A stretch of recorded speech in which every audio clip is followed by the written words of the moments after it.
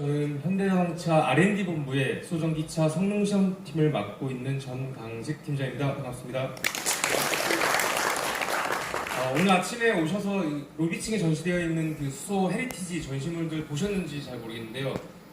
저도 아침에 살짝 둘러보니까 이제 제 예전 서랍 속에 이렇게 잠자고 있던 그 예전에 제 개발 노트들도 보이고 사진들도 보이고, 저는 이번 행사 준비를 저도 지금 도와드리면서 개인적으로는 정말 뭐 과거의 추억 여행을 좀 떠나는 것 같았습니다. 오늘 좀 짧은 시간이지만 현대차의 수소 개발 역사와 그때 있었던 이제 에피소드에 대해서 좀 간단히 좀 말씀을 좀 드리겠습니다.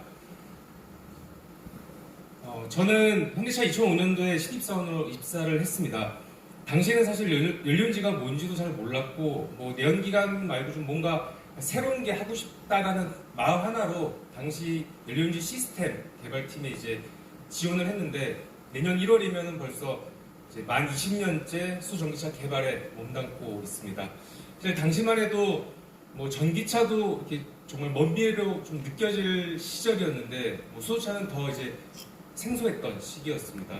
뭐 연구 인력도 한 수십 명 수준이었고, 뭐 언젠가 수시대가 오겠지라는 이제 막연한 믿음과 뭐 수소차에 대한 어떤 열정, 꿈 이런 것들은 컸지만, 사실 이 시기가 이렇게 빨리 올 줄은 정말 몰랐습니다. 아까 성우님 말씀해 주셨듯이 저희가 수소 연료인지 개발을 이제 시작했던 1998년은 뭐 기억하시는 분들 계시겠지만 그 IMF 외환위기로 모두가 어려웠던 시기였습니다. 그래서 뭐 당장 이거 뭐 돈도 안 되는데 이거 해야 돼? 라는 우려도 많았고, 그래서 하지만 이제 먼 미래를 위해서 어쩌면은 뭐 미지의 영역이었던 이런 수소 에너지에 투자를 하고 저희가 도전을 할 수 있었던 것은 저희 그 정몽구 명예회장님의 어떤 엄청난 결단이 있었다고 저는 생각을 합니다. 아까 또 소개해드렸던 대로 저희 첫 프로젝트는 머큐리 프로젝트였습니다. 당시 이제 뭐 독자 기술이 없었기 때문에 그 미국의 이제 우주선에 들어가는 연료인지를 개발하던 UTC와 이제 기술 협약을 맺어서 차를 이제 만들었고, 사실 뭐 6개월 만에 차를 만들라는 뭐 사실 말도 안 되는 좀 미션을 받고 저희 선배 연구원 7명이 떠났지만 정말 또 거짓말같이 그 일을 해냅니다. 그래서 뭐 지금 생각해 보면은 이거는 용감하다 못해 너무 좀 무모했던 도전 가치도 느껴지는데, 그래도 뭐 현대 정신 아시지 않습니까? 저희 선배도 어떻게든 밤낮 가리지 않고 고생해서 차를 만들었고, 그렇게 해서 이제 만들어진 차량이 뭐 아래 이제 로비에서 보셨던 그 갈색의 산타페 현대차의 첫 수소 전기차였습니다. 저도 이제 오늘 오랜만에 차들을 보니까 감회가 정말 새로웠는데, 그 이후에는 이제 국내에서도 그 UTC사의 연료인지 시스템을 저희가 사와서 그 예전 투싼과 그 스포티지 차량에 넣어서 이제 실증용 차량을 만들었습니다. 그 20년 전에 그 시스템에 들어간 그 시스템 가격이 10억이 넘었습니다. 당시 강남 아파트보다도 더 비쌌고요. 그래서 뭐 저희는 이제 차량 제작비를 아끼기 위해서 어떻게든 차를 싸게 만들어야 됐고, 신입사원이었던 제가 이제 제일 먼저 했던 일은 울산 공장 돌아다니면서 뭐 엔진 변속 이런 거 제외한 나머지 뭐 시트라든가 사이드 미러, 핸들, 각종 트림류들 이런 것들 다 불출받아서 올라와서 이제 업체와 함께 한 대씩 수작업으로 이제 차를 만드는 일이었습니다. 그래서 초기에는 한 대 만드는데 한 1개월씩 걸렸고, 차 이제 시동 거는데도 한 일주일씩 걸렸던 시절이 있었습니다. 그래서 저희 와이프가 어느 날 묻더라고요. 당신 대기업에 입사했다고 그러는데 맨날 뭐 좀 열악한 환경의 업체로 맨날 출근하니까 현대차 입사한 거 맞냐? 뭐 이렇게 농담 반 진담 반으로 물어보기도 했는데, 당시 저희가 이제 만들었던 그 시스템에는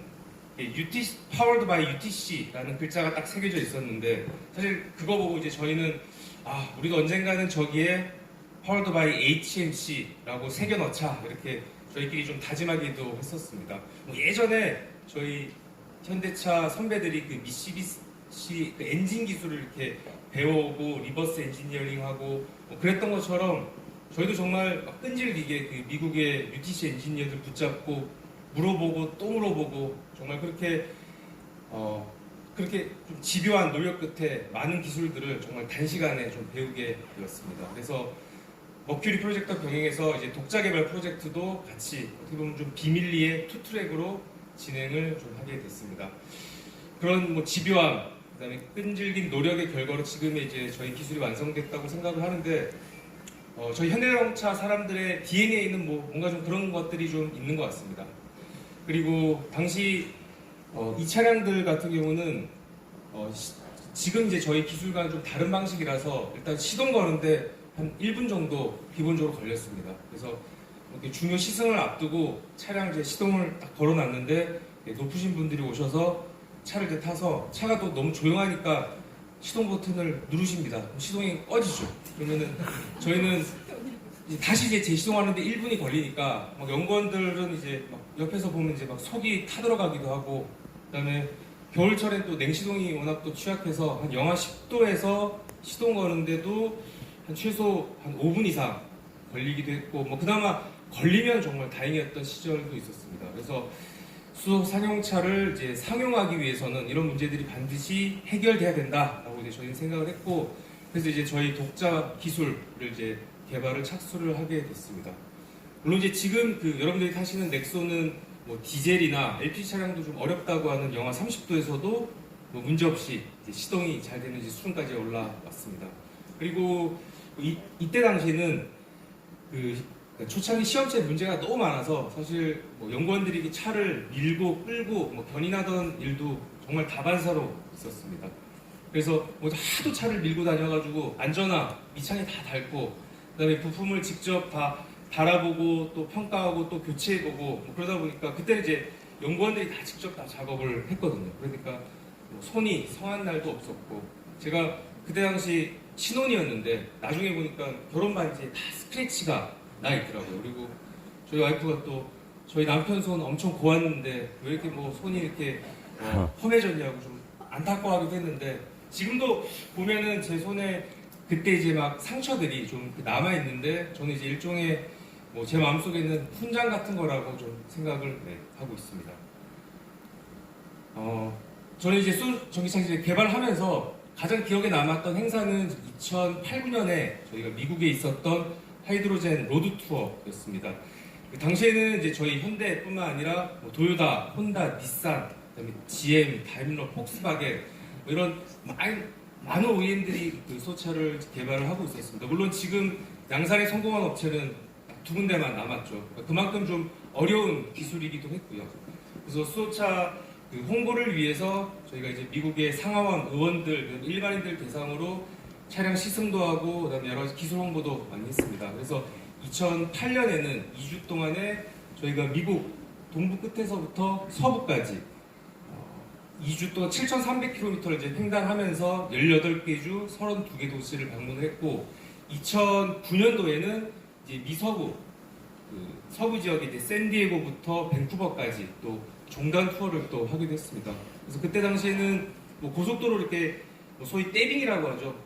수십 대 차량들이 이렇게 쭉 같이 이렇게 이동을 하다가 뭐 시동 꺼져서 뭐 이렇게 퍼져 있는 일도 사실은 뭐 심심치 않게 발생을 했는데, 저희도 뭐 예외는 아니었고, 그래서 그러면은 이제 호텔 주차장에서 정말 밤새 차량 고치고 아침 7시에 이제 맥도날드 빅맥 먹고 다시 또 다음날 일정을 소화하고 그랬던 기억들도 있는데, 그래서 저희는 뭐 연구원들은 이제 행사나 시승 때마다 차가 이제 뭐 저희 표현으로 이제 퍼지지 않을까 항상 이제 막 노심초사하고 정말 기도하는 마음으로 이렇게 임했는데, 그래도 중요한 순간마다 저희 차는 이제 문제없이 달려주었고, 그래서 이제 모든 랠리에서 성공적으로 다 완주를 할 수 있었던 것 같습니다. 뭐 여러 가지 운도 좀 많이 따라준 것 같아서 너무 기특하게 생각을 했었고요.